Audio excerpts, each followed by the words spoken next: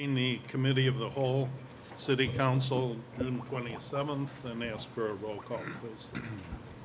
Jacobson, Here. Fanouken, Here. Markort, Here. Snow, Here. Noriko, Here. Baker, Here. Favor, Here.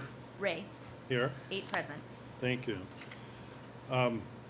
We have before us two considerations this evening, the first of which is to request for proposal for a transit development plan for the DeKalb Sycamore area transportation study. I'll turn to Jessica Heinck for that presentation. Good evening. On behalf of the Public Works Department and the DeKalb Sycamore Area Transportation Study, we call ourselves DSATS, I'm requesting authorization to distribute a request for proposal for a transit development plan. The purpose of this plan is to analyze how to improve efficiency amongst the two transit systems within the DeKalb region. These transit systems include Northern Illinois University Transit Services and the Voluntary Action Center Transit Services, also known as TransVac. The plan will consider how these two systems could improve transit services and leverage additional funding by working more closely together. The development of this RFP has been a collaborative and deliberative process. Collaboration has included input from NIU, the NIU Student Association, Kishwaukee College, the DeKalb County, City of DeKalb, City of Sycamore, and VAC. Since November of 2015, members from these organizations have been considering how this plan could improve transit services for both NIU and the DeKalb region. The RFP for the plan has gone before the DSATS Technical Advisory Committee and the Policy Committee for review, and the Policy Committee approved the RFP at its June 22nd meeting. At a later date, the City Council will have an opportunity to approve the contract with the selected consulting firm to provide the services outlined in the scope of work. This contract will be fully funded by DSAT's Metropolitan Planning funds and will not impact the city budget or the DSAT's Transit Services budget in any way. It's only coming from Metropolitan Planning funds. And thank you for considering the RFP for a transit development plan, and let me know if you have any questions. Jessica, it occurs to me, how does this study, how is this study impacted by our recent issuance of an RFP for providers for transit services? Right. So anything that would result from this plan, it's unlikely that it would be implemented in sooner than 5 years. It would take quite a bit of time. So the transit services provider, that RFP has the option for a 1-year contract with 3 renewals. So it's unlikely that it would impact this process very much, just because it will take quite a bit of effort to get both of the transit service providers in the region to come together on implementing the results of the plan. I see. And this is a 5-year, intended to be a 5-year horizon? Yes. Okay, thank you. Other questions? Alderman Fanouken. Just as a follow-up, though, I'm wondering if the language in there shouldn't include if the contractor is different from BAC, that their input's sought also. That'd be my only question. So within the scope of work, we're requesting that whoever is selected, that they interview staff at VAC and then also staff at the transit services at NIU in order to get their input on the plan. And anybody selected through the transit services provider RFP. So we'll be looking to get impact from any service provider, transit service provider within the community. Okay, because I didn't notice language to that effect in there. I just noticed that everywhere it said to, in essence, the Husky Line and the TransVac, but not referencing any potential future provider. So to address that concern, Alderman Fanouken, before the RFP is released, we can add a provision indicating that we're currently in the process of soliciting responses on the other RFP, and it would be amended to reflect whomever the then current provider That's my intent is. exactly with that question. Thank you. Other questions of Jessica? Or discussion? Hearing none, I'll assume concurrence with the content of the RFP as we have it presented in front of us. And I would just express my pleasure in seeing the conversation being broached with NIU Transit Services and DSATs. I think it's a significant benefit to the community to have those two organizations at the table in conversation. So thank you. Thank you, Jessica. Thank you. Moving on to the second item is proposed revisions to Chapter 50 Citizen Environmental Commission. I'll turn to Public Works Director Tim Holdeman. Good evening, Tim. Mayor, Alderman. You have before you tonight a memorandum outlining proposed revisions to the Municipal Code, Chapter 50, having to do with the Citizen Environmental Commission. As staff liaison, I prepared this memorandum. It includes the summary of the proposed revisions by the Chairman-elect, who is here to go through those in detail and answer any questions you may have. The memorandum also includes Chapter 50 as it exists today, along with a red line version of the proposed changes, and then what the proposed revised Chapter 50 would look like. So at this time, I'd like to turn it over to Chairman-elect. Thank you. Thank you, Tim. And thank you for hearing me tonight. I'm going to summarize some of the Commission's proposed revisions to Chapter 50 of the Municipal Code, and after that, I'd be happy to address any of your questions.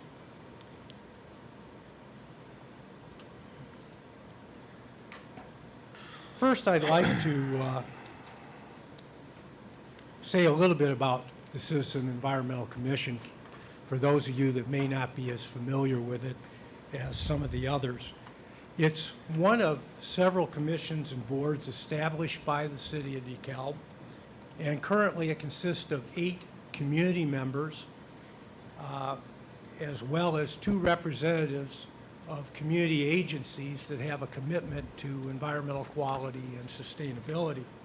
Those 2 agencies are the DeKalb Park District and the County Health Department.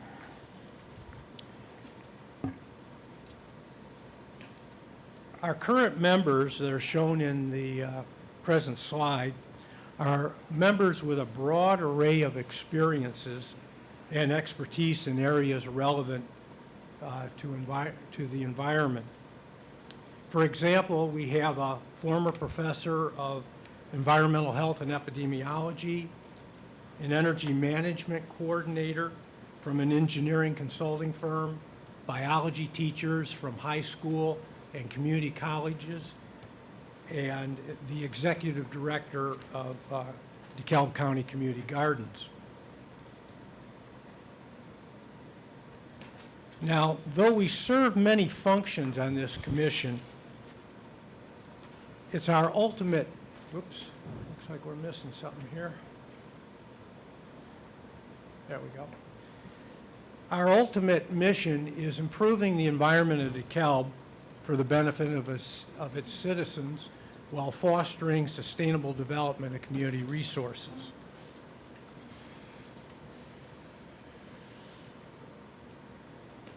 Now, why revise Chapter 50? This is why we're here tonight. Well, first of all, it's been nearly 12 years since any revisions have been made to this chapter, and it therefore seemed prudent to the Commission to take a look at the present document. Secondly, there's been a change in the fiscal year for the city, and some of the dates in the current document need to be changed to correspond to those changes. And then finally, there are some new demands on the Commission, which are needed to be addressed, especially the adoption of the city's sustainability plan, which happened in fall of 2014. This added additional responsibilities to the commission, and we want to codify what our responsibilities are for overseeing that particular sustainability plan and monitoring its progress.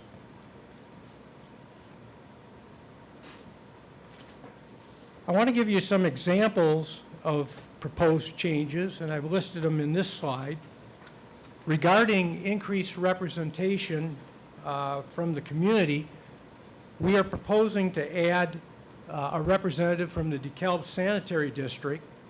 Now, the DeKalb Sanitary District shares common interests with the commission, especially in regard to water resources management, and we rely on that particular district to provide us with assistance in monitoring and implementing goals 16, 17, and 18 of the sustainability plan.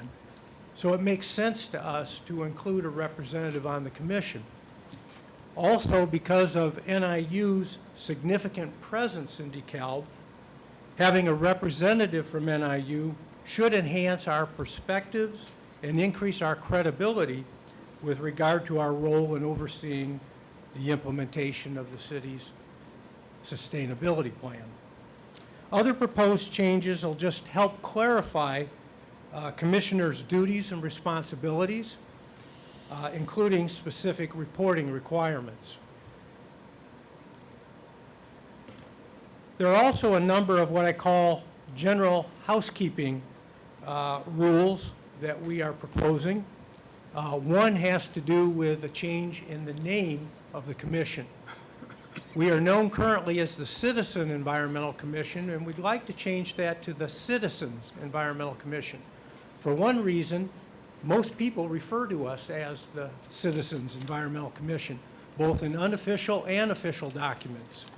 I noticed tonight on the agenda that they got it right as the Citizen Environmental Commission, but usually that's not the case. Everybody wants to put that apostrophe S on there. And we kind of like that designation and hope that we can make it permanent.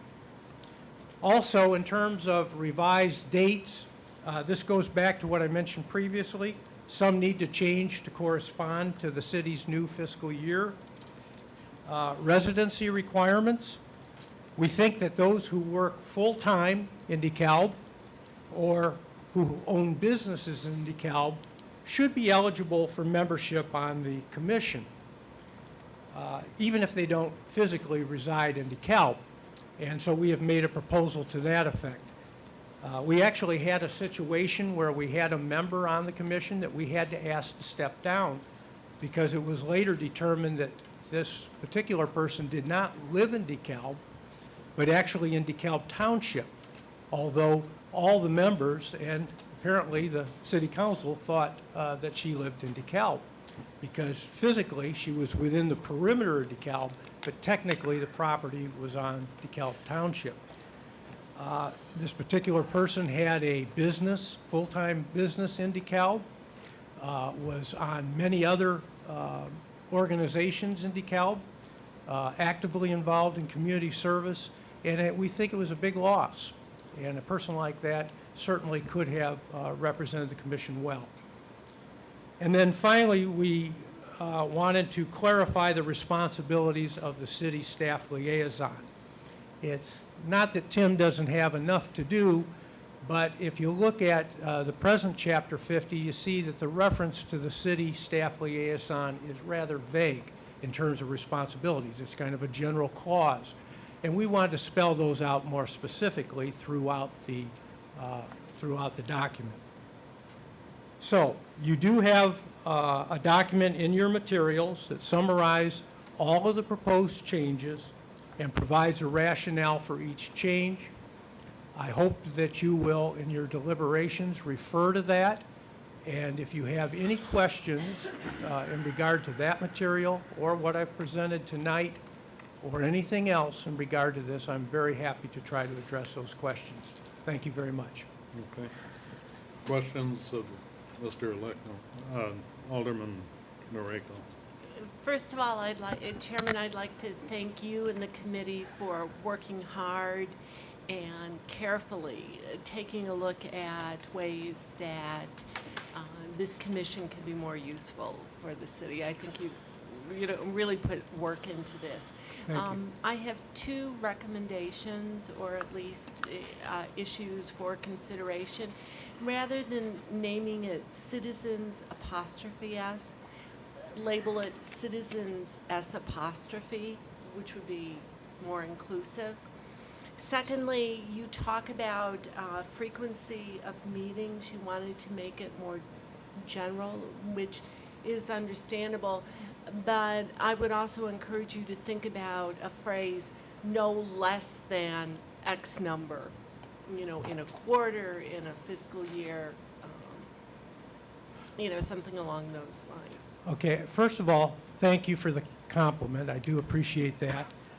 In regard to the citizens, S apostrophe, that was one proposal that did come up in the commission. However, we looked at, there's another commission, I believe it's the Community Enhancement Commission, which uses citizen apostrophe S. Oh. And we thought we'd be a little more consistent with that. Could be read, when you say citizen, citizens, technically I agree with you with after the S, but I think the other does make sense. But we will certainly, if that's the recommendation of the council, that's not a big deal to us. The no less than, I think, is a good recommendation. I think we may have misinterpreted a bit the original clause in Chapter 50 in terms of reporting or how often we need to have meetings.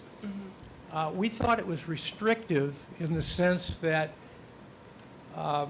if we couldn't have a meeting, we thought we were in violation of the rules. And there are times where, bad weather and things like this, you just can't have a meeting. So we wanted to make it typically at least once per month. But there's a phrase right after that that says, in accordance with the law, and to be honest, I'm not sure exactly what that law says. But if it says that there have to be a certain number of meetings, we could very well make that change in the language. So thank you again for your recommendations. Other discussion, questions at this point? I assume then is the pleasure of council to have this come back to us in formal ordinance form with consideration to the changes that have been recommended. Okay? Any other discussion? Okay? Okay. I think you hear the pleasure of council, Bill, is to formalize these, and they'll come back to us in the form of ordinance to approve. Sounds good. And thank you for your work with the commission. I might note the Environmental Commission is one of the more active city commissions, and Chairman Elecno does an excellent job in directing the commission and topics that are brought before that commission. So thank you for that effort, Bill. Thank you, Mayor. Thank you, City Yes. Council members. Moving next to public participation. Does anyone in the audience wish to address the council at this point? Seeing none, we will move on.